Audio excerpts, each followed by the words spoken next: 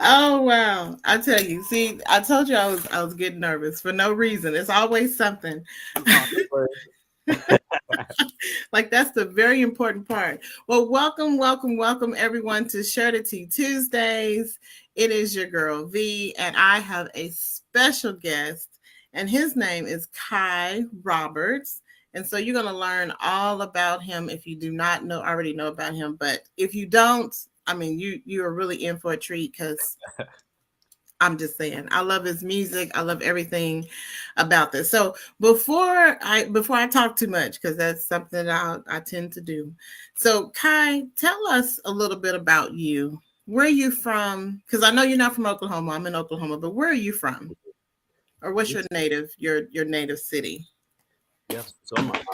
So currently I live in Durham, North Carolina, but I'm from Pittsburgh, PA. So I'm from up north. Oh, okay. Yeah, Okay. All right. So you're in the South, but you're from up north. yeah. My wife got me. She got me moving down here to North Carolina. But I'm not complaining though. I'm not complaining. Okay. I like it down here. Okay. Okay. Well, good. You know, they say everything is better in the South. I mean, I'm not going to start on all that because I'm originally from Memphis. So Oh, okay. I always have to throw that in there. But your wife made a wonderful choice. Yeah, I'm not complaining at all. Well, good. Good. So tell me a little bit about your journey and how it started with sharing your story. Hmm. Yes. So I started sharing my story of overcoming anxiety when I was in college. When I was in college, like I had to take a leave of absence because of an anxiety disorder. Mhm.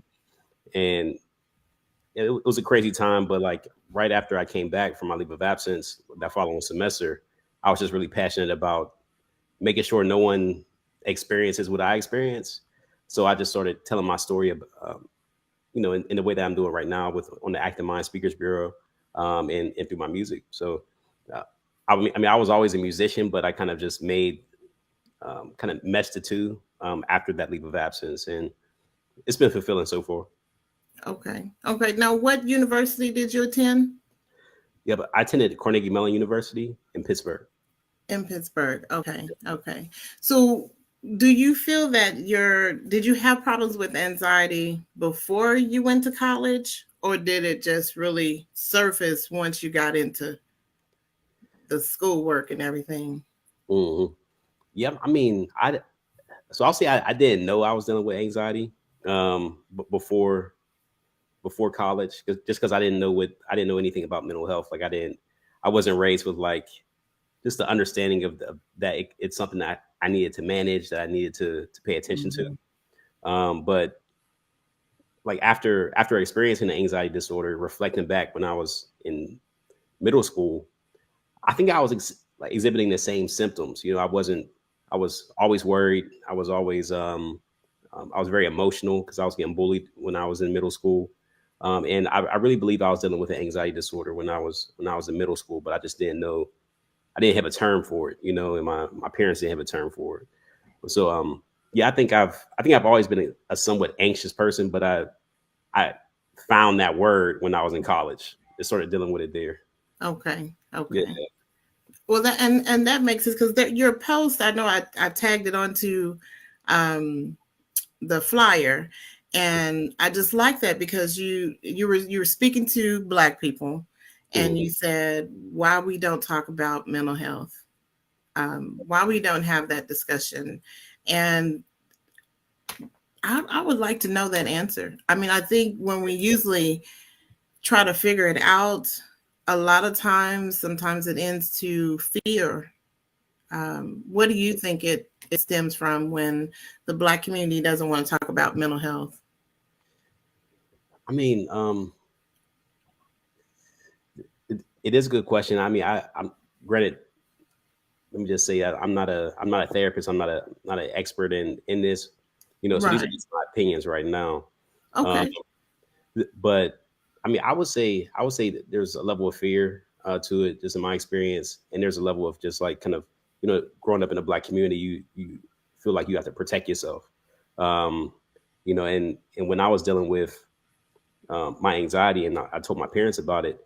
they didn't want it. They didn't want me to get a therapist because they were essentially trying to protect me. They were trying to protect me from, people labeling me as crazy. They were trying to keep keep the problem in the house so we can deal with it in house, and really what I imagine trying to protect me from, you know, different abuses or outside influences that might affect my future. Mhm. So I think it's a combination of things. I think we're kind of apprehensive about mental health just because of some of the things that happened in the past, like kind of our overall kind of level of discomfort about medicine in general, and like you got the syphilis experiments and all these things that they did to Black people to kind of make us uncomfortable and uh, Right. use us. So you have some apprehension there, but and that's, I mean, it's a good point, but I feel like we also got to consider that how how much damage are we doing to ourselves by not addressing our mental health? Mm. You know. That is a good point. That is a good point, and that is a loaded question, a very loaded question. I am a mental health therapist myself, Mhm. and so I've been in mental health for it's. I mean, if you count when I was an undergrad, um, it's been since 2000, at least since 2001. Mhm. And just being able to see it in different aspects from the children to adult, and then also with geriatric population, Mhm. it's alarming. But I always, one thing that I always share with my patients is to not look at the condition as something that you have to walk around with and everyone's going to know, your business, because a lot of people feel labeled, like you had mentioned, and they feel like they have to protect their loved one.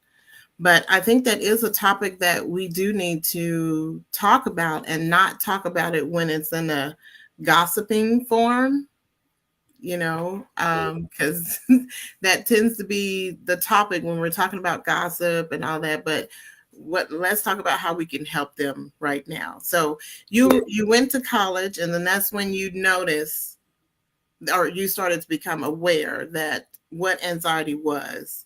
And so what were some of the symptoms of your anxiety? I mean, What I. did you feel personally that really brought to your attention? Mhm. So initially, I started to feel like just kind of a general kind of tightness in my chest. Um, and it's wild. Like even in my presentation, I always say like I thought it was ambition. Like like in my mind, I thought it was like the physical sensation of ambition, but it was anxiety. But I just didn't know that something mental health related can manifest itself in the body. Mm. And then the summer after my sophomore year, I had my first panic attack. So once I had my first panic attack, it was, um, I knew that something was wrong, but my mind still didn't connect that experience to mental health. I thought that there was something wrong with my heart after that. So I had the first series of panic attacks, and during that summer, I experienced, there was tightness in my stomach, kind of just me being tense in general. Um, I was very hyper vigilant of like various sensations in my body just because I was looking for the problem. Like there was, when my stomach would feel tight, I would, like, in my mind, I would say like, what if this was, and there was a lot of what ifs. There was a lot of what What ifs. is? Actually. So I would associate that with like stomach cancer. So I was like, what if this is stomach cancer? What if I'm sick? So I would Wow, go, you went to the extreme. Stomach cancer? yep. I thought, yeah, because I was going to the extremes with everything. So even so with the panic attack, I thought it was a heart attack. With the tightness in my stomach because of the stress, I thought it was stomach cancer. And then there was some like, I was paying attention to sensations in my body. There was one sensation in my groin area. I thought it was testicular cancer. Um, so I know it sounds wild, but I was definitely going back and forth to the emergency room, just kind of exploring these things. And they said that no, this is like you're fine. It's probably just it's a sensation you're having. But I was Mhm. like, from my understanding, it's like that's one aspect of anxiety is like all these what ifs and kind of catastrophizing and like being hyper vigilant about these sensations. And then, so I dealt with a lot of symptoms, but when I went back to school, my anxiety got a little bit worse, and I started dealing with some obsessive thoughts, and intrusive thoughts, that were very hard to shake and were really loosely related to a lot of the insecurities I was dealing with at the time. Okay. Um, and the intrusive thoughts and the obsessive thoughts, those were the things that really got, um, really kind of propelled me into like an anxiety disorder, because they were scary thoughts and uncomfortable thoughts, and it just kind of, um, spiraled after there then rather. Okay. Yeah. Okay. So now you said you took a break Mhm. from school. So when we talk about a break, we're thinking like a semester, right? Is that, or was it like a year or so when you say you took that break? Yeah, so it was just a semester. Okay. It was just a semester. It was, I think I was at school for maybe a month, and then it was like 3 months or so that I was back at home, where I started to receive treatment for my anxiety. Okay. Mm. Okay.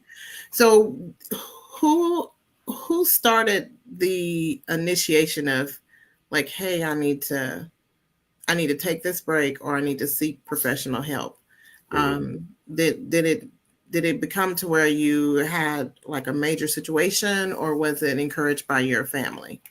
Mhm. Yeah, it was, so it was a number of things. The Okay. the first person that brought kind of my mental health to my attention was actually a mentor of mine, and kind of an employer of mine when I was at school. So I Okay. was a resident assistant. I was an RA on campus, and there was a gentleman named Tom Rainey, who I worked for, and he was, he was a cool dude, from the city I was from Pittsburgh, and I was able to kind of, feel really comfortable with him, talking to him, and so he kind of brought me to the side and was kind of inquired about um, some of the, I guess, signs or symptoms they might have seen in me. And he recommended that I go to CAPS, counseling and psychological services on my campus, uh, Okay. on the college campus I was on, and that was my first time seeing a therapist. But I mean, she was very competent, and of course, in her job, and she was very helpful. But I just feel like the therapy wasn't working at the time, just because of all the stress that I was still under being in school. Um, so like once my anxiety kind of, oh, excuse me, once my anxiety kind of kept going to the, um, went to the next level, like, in the form of those intrusive thoughts. I was telling my mom, what, the thoughts that I was having, and she basically came down to campus, was like, "You're coming home, like you're taking a leave of absence. We're going to figure this out." So I went home, and I was from Pittsburgh, so she just drove down to campus, picked me up. I had picked up my stuff later, and that was really who initiated the leave of absence. Um, Okay. but as far as the treatment, when I was on a leave of absence, like I was saying before, my parents, they didn't want me to get treatment, so they were pushing back about that. So I essentially had to initiate um, my own search for another provider, or search for treatment, when I Okay. was on leave of absence. Okay. So mom encouraged you to come home, but she didn't really want you to do the treatment part. So it is a good thing that she did ask you to come on and come home. And I applaud you for sharing, your thoughts with your mom, because a lot of times when people have those thoughts, they keep them to themselves. They Mhm. don't tell anyone, unless it's like a really good close friend. But it's really good that you reached out to your mom and let her know what was going on with you. Mhm. And do you feel like you have a pretty good support system? Yeah, I do. I do. Okay. Yeah, I grew up. I was blessed enough to grow up with both parents. So I got my mom and my pops. And they've always been open to our opinions, and we could always bring them, you know, talk to them when things were wrong. Hmm. But it felt a little bit different with like mental health, just because, I mean, just growing up in a black community, not to talk about mental health by how your family members talk about, others with dealing with mental health issues. Right, right, He does. right.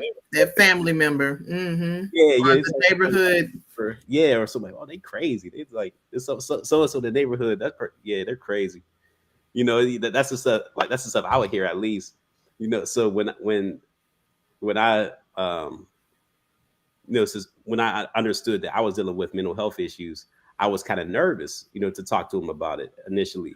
And even when I told my mom and eventually told my dad what the thoughts I was having, they were the thoughts were so uncomfortable. They were embarrassing, and I kind of felt like my parents were, and this is most likely an insecurity that I was having at the time. But I thought that they were judging me for the thoughts, because they were so Okay. wild. So that was a worry of mine at the time. I'm not too sure if it was true or not, or if but it was definitely complicated talking to my parents about mental health specifically. Okay. Yeah. Okay. So your love for music, did you grow up being a musician, or how did you start off with your music journey? Yeah, I'll say I grew up being a musician and being around music. My mom used to sing all the time around the house, um, but she was shy. She was shy though. Goodness gracious! I apologize. It's okay. It's tag team. I had mine go off before, so it's all right. Let me turn this off. Yeah, but I was always involved in music. Um, you know, my mom would sing around the house, but she was shy. But she always tried to encourage us to kind of show our talents. To in various ways, in ways that she didn't when she was younger. Mm, So when I was at elementary school, I started playing instruments. So I started playing the clarinet and the saxophone in elementary school. okay. Yeah, so I started in I think fourth grade and ended that in the both of the instruments for the most part in eighth grade. Okay. So I was just playing in the school bands and things like that. And my dad, my dad loved music, but he was a DJ on the side. He had a full time job, but he was DJ on the side, and we would always receive these CDs called New Urban Tracks, and we would just listen to those CDs. Um, every month when they would come in, and that was like my dad's kind of DJ material that would come in, and yeah, so we would, like my brother and I, we would just listen to music. We fell in love with music. I was always curious about how to create the music and kind of Hmm. you know like oh how do they make the music on the radio? Like what's that process look like? Um, and I was able to connect to that process through this hip hop education program called Arts Greenhouse when I was in ninth grade. Uh, Oh, okay. Okay. yeah, so it was just a program. It was hosted at Carnegie Mellon, but it served students, students in the area. Hmm. Um, so yeah, learn how to produce music, learn how to mix music, master music, and it was a really great opportunity. And that's really when I started like producing music, writing music, and things like that. Okay. Okay. Perfect. So now you usually have your, is it mental health class? What's the title of the class that you have once a month? Yep. So it's just called mental health through music. Mental health through music. Okay. I want to make sure I had it right. Okay. So mental health through music. And how long have you been doing that? So mental health through music started. It started about maybe 7 years ago. Okay. Um, like about 7 years ago. That was and it's developed over time. So that was like my goal was always to kind of communicate my story through music. Um, Hmm. you know, but prior to a couple months ago, it was always kind of on college campuses and kind of private engagements where I was talking to smaller audiences, or even some larger audiences, like when I joined the Active Mind Speakers Bureau. Um, but the presentations that I've been doing lately, like on a monthly basis, are really just kind of those presentations repurposed a little bit to be virtual and to be public. so that I can serve, you know, serve more people, serve different people than the ones I've, serving before. It just feels it feels a little bit more equitable, just to, instead of, being booked for these um, academized engagements or speaking engagements outside of, that partnership with that organization, um, on college campuses and various schools, to have a more public conversation with, people on social media, like Right. specifically specifically I wanted to see more Black people having a conversation. So that's why I made the conversation public, in hopes of bringing Black people into, to start talking about some of these things. Okay. And Yeah. I'm happy that you did, because that's how I discovered you. Through Instagram, and it was one of your posts, and I said, "Oh, sure, I would join." And then I signed up, and I was in your class, and I was just in awe. If you guys have never been to his class before, you really need to just go and receive everything that he's sharing. And I appreciate you being transparent about what's going on and how you're using music to help you, especially because you said it's helping you cope through your anxiety, Yep. as well. And we need more people. We need more people like you. You're very young. I'm gonna say young man. I don't know your age, but very young man, and you're a leader in the community. And just instead of talking to the high school students and the college students, but reaching a broader scale, through your social media. Now, there were a couple of things that you mentioned in one of your classes, and I'm going to mess it up, but but you mentioned that I believe it was your therapist that had shared with you three things to help you. If I'm getting it right, am I doing it right? I'm probably messing it up, Oh no, but I'm sorry. Are you talking about the three takeaways that I had for the presentation? yeah, was it the three take? No, no, no, no, not those. Okay. But the one where he told you to use your music, but it couldn't be anything negative. Yeah. Um, Yeah. those. So I was trying. I may have the wrong term. Yeah. What they were called. But can you share that part just of what he told you to do to help you cope? Because you were mentioning in your class that you have to find a healthy outlet, Yeah. something to release some of that energy, and that's where you decided to use music to help you with your anxiety. So what was the thing that he shared with you? If you can share just a little bit of that. But absolutely. Yeah. So I mean, I shout out to my therapist. I was, I found a really good therapist. He really helped me get back to who I am. But he was basically, so the first couple sessions of therapy, he was basically just showing me some tools to use to calm my anxiety. And the way that he described it was that, his therapy, like in the beginning of my first session, or early on in my therapy, he was really just trying to educate me on, or not educate, teach me about mental health. And he basically said that, there's a connection there, like between the mind and your body, and vice versa. So he basically gave me tools to calm both. So on the physical side, he gave me relaxation exercises, and recommended exercise, things like that, to get the um, The Brennan, I energy. might mess this up. Yeah, the energy hormones, to kind of calm you down a little bit. And on the mind side, the mental health side, he gave me mindfulness meditation. So he taught me mindfulness meditation. Um, uh, yeah, and that was the primary one that he prescribed. But both of those things really allow for me to to find a calmer space, Mhm. while just so I can be in a position to start analyzing my thoughts, and solving some of those, kind of deeper rooted, issues that were inspiring a lot of my intrusive thoughts, and um, the symptoms I was experiencing. Okay. Okay.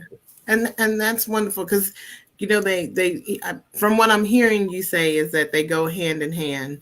You Yeah. can't have one without the other.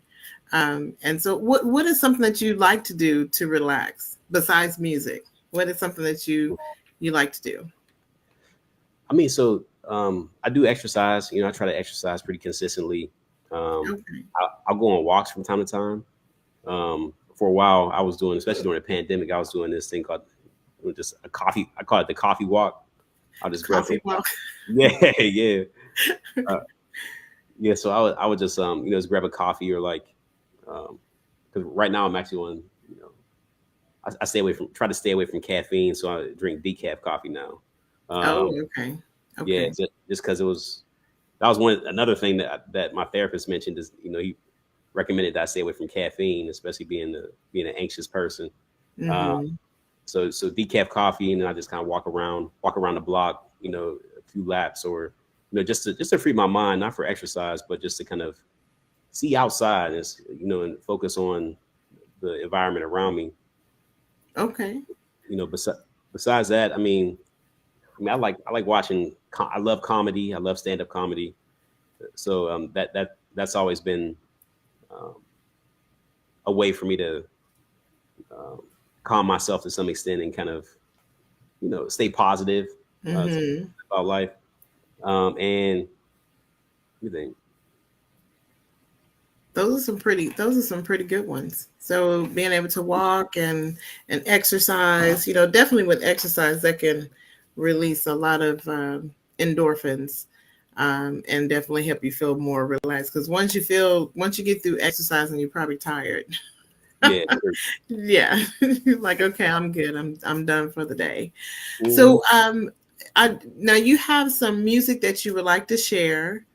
Because from my understanding, you also write your music as well, right?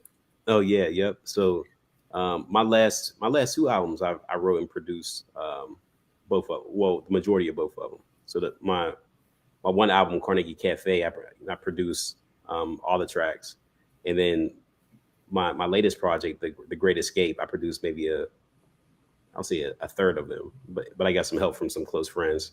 Um, Okay. yeah. Okay. Now, where can they buy your albums? Where? I mean, I know that's not like CDs like at Walmart, right? It's No, no.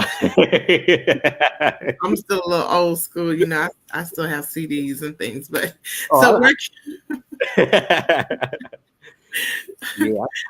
I used to have CDs on deck as far as like my music was concerned, but then they came out with laptops. They don't have CD players anymore. So Right, right. My last one, it does not have that, and I'm like, what's going on? after a while with these presentations, like I was handing out these CDs, they were like, "What am I going to do with this? It's like some type of coaster or something." Oh, not a coaster. Oh my, they were really making you feel old. Oh goodness. So Yeah, but where can they purchase or download? Is that the right word? Download your music. yes, so they can so it's still available for purchase. I have there's music on iTunes. You could purchase things on iTunes. If you're more in the kind of the streaming music generation, you can always go to any of your favorite streaming sites like Spotify, Apple Music, Tidal. Any of those, you can find my music on there as well. Okay, perfect. Yeah. Perfect. And it's under your name, right? So Yep. that should be an easy find. So Kai Roberts, look for his music and download or download, stream, or however that you do it. Listen to his music and definitely support. So what is a song that you would like to share? Do you have something you would like to share? Are you gonna play? Because I didn't you play the guitar? No, no, I don't play guitar. You didn't play the guitar. Well, No. I don't know why it looked like you were playing something in the class. Maybe that was just the way I was looking at it. So okay. Uh, So what would you like to share? You have a song or yeah, so I have a song called "Believe" that I always like to perform a cappella. Um, just because I think I wrote it as a poem and turned it into a song. okay. Um, but it goes, age 14 made a microphone fiend from a one night fling. Erased the insecurity, a moment of purity, feeling low. The world was flooring me, and I acted accordingly. Claimed my free spiritness was soft fleeces, tore me to pieces, called a seamstress. Now I'm better now, coochie sweating now. Phoenix gave me reason to treason, not resting on the weekend became my trademark. On point like darts, I became cardiac arrested to bars that's in my heart. The art now a part of my soul. Mama's stocking pop filters never get old. Or my dad's mics. Long nights turn to flashing lights, studio flights. Now you be rhyming on the back of a bike. You fall off in the fast lane, trying to chase the mundane when music brought me through the pain. See, I remember when the world felt December like a antifreeze. Stresses and aggression was neglecting all my basic needs. Welfare cash, lower than the basic steez. Looking to fit in with clothes I couldn't fit in just. Love with music instrumentals to soothe the mental. One day saw my own potential. Now how did one beat make you believe in yourself? Talked about so much, you start to slander yourself. Hip hop is how I bandaged myself. Dark days overcame, that's my Clark Kent ways. And my road to success became the lane I paved with plenty gravel. Shake my ways. Social slave, didn't understand when I was lonely, man. Now what they didn't understand is what give me the fans. Living a plan, motivation for the next man, food for the people. Vendor at a mic stand. Oh, wait. I'm supposed to snap. Clap. Not scream. Okay, I like that. I like that. And I believe that's one that you shared in your class, wasn't it? Yep, I did. Yes, because I remember recording one of them. I was like, oh, I said, okay. I said, I like this. And I said, let me not. I said, I'm probably not supposed to post this. That's why I asked you, can I post this? Yeah, that's fine. That's fine. I like that. So when you do your music, is it a reflection of how you're feeling at the moment, or is it, I mean, where does it come from? Is it just like how you're feeling at the time, or? Yeah, I mean, it depends. It depends. My process kind of changes from time to time. Like sometimes I'll like make a beat first, and I'll just kind of like capture the vibe of the beat and trying to think of a story that kind of fits the vibe. Mm-hmm. Other times I might want to tell a specific story or like kind of reach back in my past and kind of talk about a situation and that's coming, like coming from me, like coming from a memory or coming from a situation, and then I just kind of stylize it, in the form of like beats and rhymes. Okay. And then there's the masterpiece, because you're on your second album now. So is there hopes for a third one? Are you working on another one, or what's your plans? Yeah, I mean, always working on music for sure. But I think what I'm doing right now, I'm just releasing a bunch of singles, just to see what people are into, see what stories people want to hear. Okay. Yeah. Okay. Neat. So I believe that you had some upcoming events. I know they have probably passed. I think a couple of them have just passed. Mm-hmm. So what's next in store, or where would be your next location, or if you're going to a school or anything like that, what's your next event that you're planning? But yeah, so my next mental health and music, kind of public mental health and music presentation is going to be May 28th. Okay. So Memorial Day weekend. Is that Memorial Day? Yeah. That might be a problem. Oh, no. People gonna want to cook out instead of coming. It's all good. Okay. Well, but your classes are on Saturdays usually. Yeah. So I was trying to find a good time, like for people on both the East Coast as well as the West Coast. Okay. So I kind of settled for the moment on Saturdays, from 3 to 4:30 Eastern time. Okay. Yeah, so I figure it's early enough that people aren't going out to the club, and late enough that they're not trying to, That makes sense. That makes sense. I mean, you don't want to have it at 10:30 at night and they're preparing for the club. I got you. Yeah, true. Okay. So, but your next one is going to be on the 28th of May, unless you decide to change it. because of the cookout. So are they typically like the fourth Saturday, or do they just need to kind of be on the lookout when you post them on your social media? Yeah, so I'm posting like the new dates and times the month before. Um, I, Okay. I think I'm gonna see if the Saturday times work. If they don't work, we can definitely change it. I really just want to find a time that works for the majority of people. Um, but the reason I'm not kind of tied to a specific like week of the month is just because of like how um, how situations change. Sometimes I might have like an active minds engagement that might get booked, and I just have to have some level of flexibility to kind of move around that. So Right. just gonna do it on kind of a monthly basis. Okay. Yeah. Okay. Now, I've heard you say this a couple of times. Active minds. Are you able to elaborate on what is active minds? Is that something that you started, or is that just an organization, or what is that? But yeah, so Active Minds, so it's not an organization I started, but it's definitely an organization I'm I partnered with, like for on our speakers bureau. But Active Minds is a mental health awareness on college campus organization that's based in DC. Oh, Um, okay. yeah, so their headquarters is based in DC. It was started by a woman named Allison Mauman, and she basically grew the organization from like early 2000s to um, from something very small to they have chapters on like over 1,000 college campuses at this point now. But Oh, their whole goal is like kind of mental health advocacy, like finding new and creative ways um, to I'll say promote mental health awareness. Um, mm-hmm. they support colleges, support high schools, move into corporations, organizations at the moment.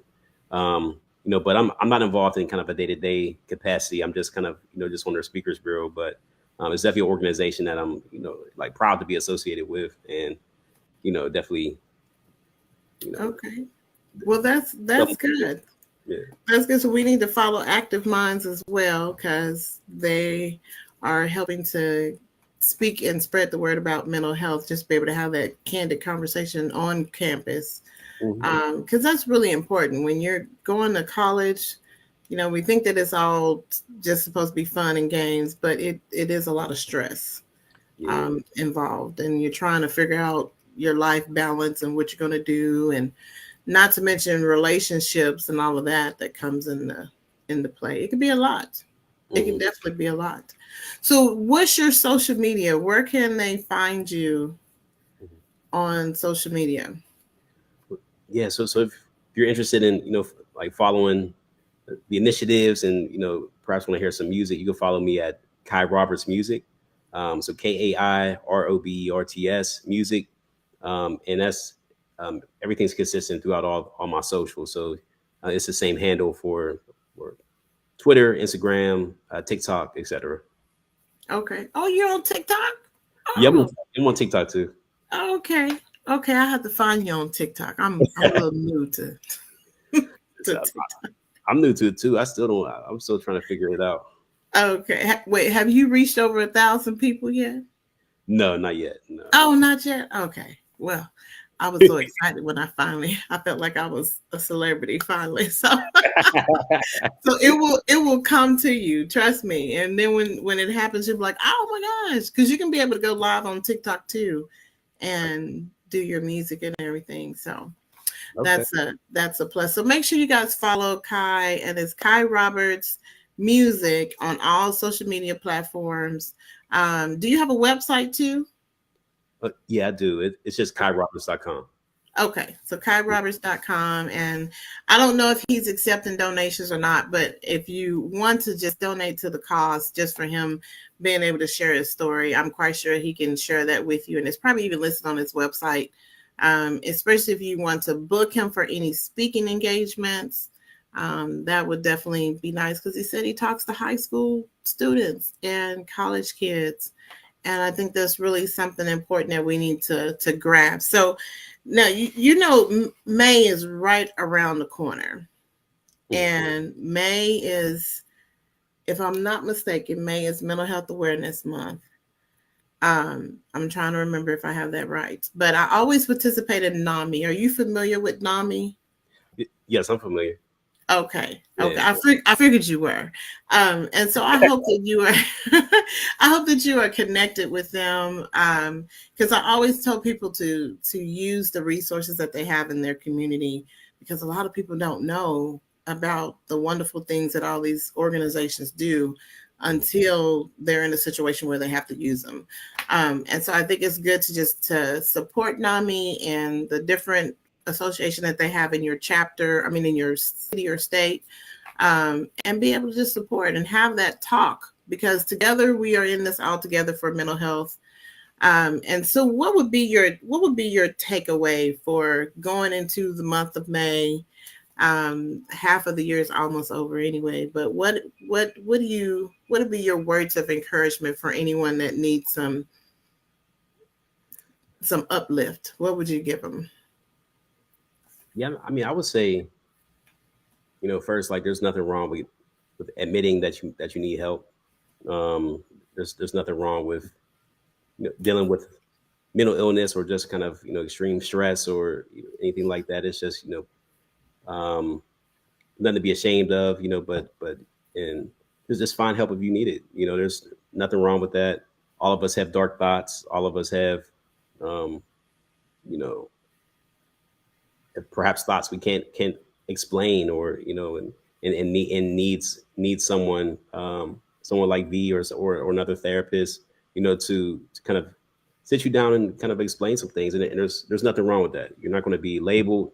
You're not going to You'll still be able to get a job. You'll still be able to move forward in life. You're not going to be locked up in some hospital. Everything's good. Everything's good. It's not how you think it is. Get therapy if you need it, and find ways to stay calm and happy.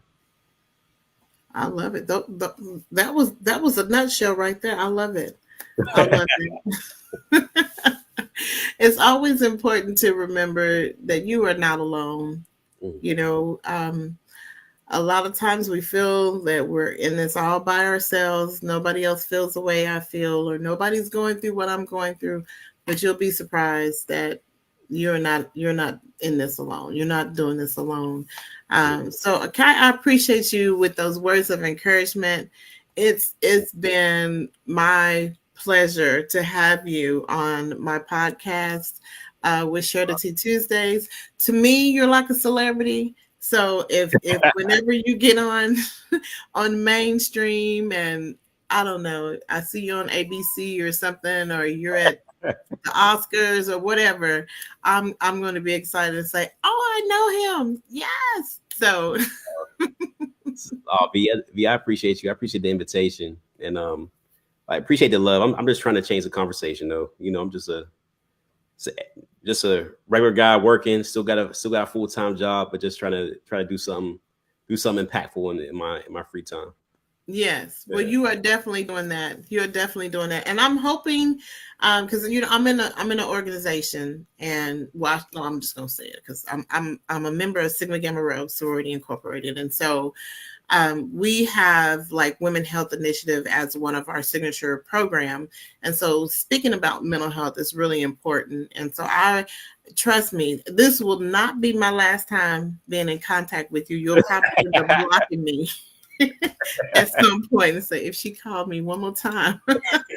So I'm hoping to have you on a larger scale, hopefully within my organization, and just being able to talk to a group of my sorority sisters about mental health, and just having that conversation because we have a lot of I don't know if you know about Greek life, but we have a lot of young ladies that need some help. And so it's always nerve wracking. You don't really know who to trust, who to say. And so it's good that if you can hear it from someone that's been in that position before, that's had the same experience and can encourage you to get some help. So Mhm. this will not be my last time reaching out to you. So, So, that sounds good. That sounds good. well, perfect, perfect. Okay, that's a deal. I got you. I got you signed and you recorded. So I'm just joking. Well, if there's not anything else, I do appreciate you taking the time to speak with my audience. If you didn't get a chance to catch the live stream, of course, it'll be on the replay for my podcast at Share the Tea with V. And thank you so much, Kai, for being a special guest on Share the Tea Tuesdays.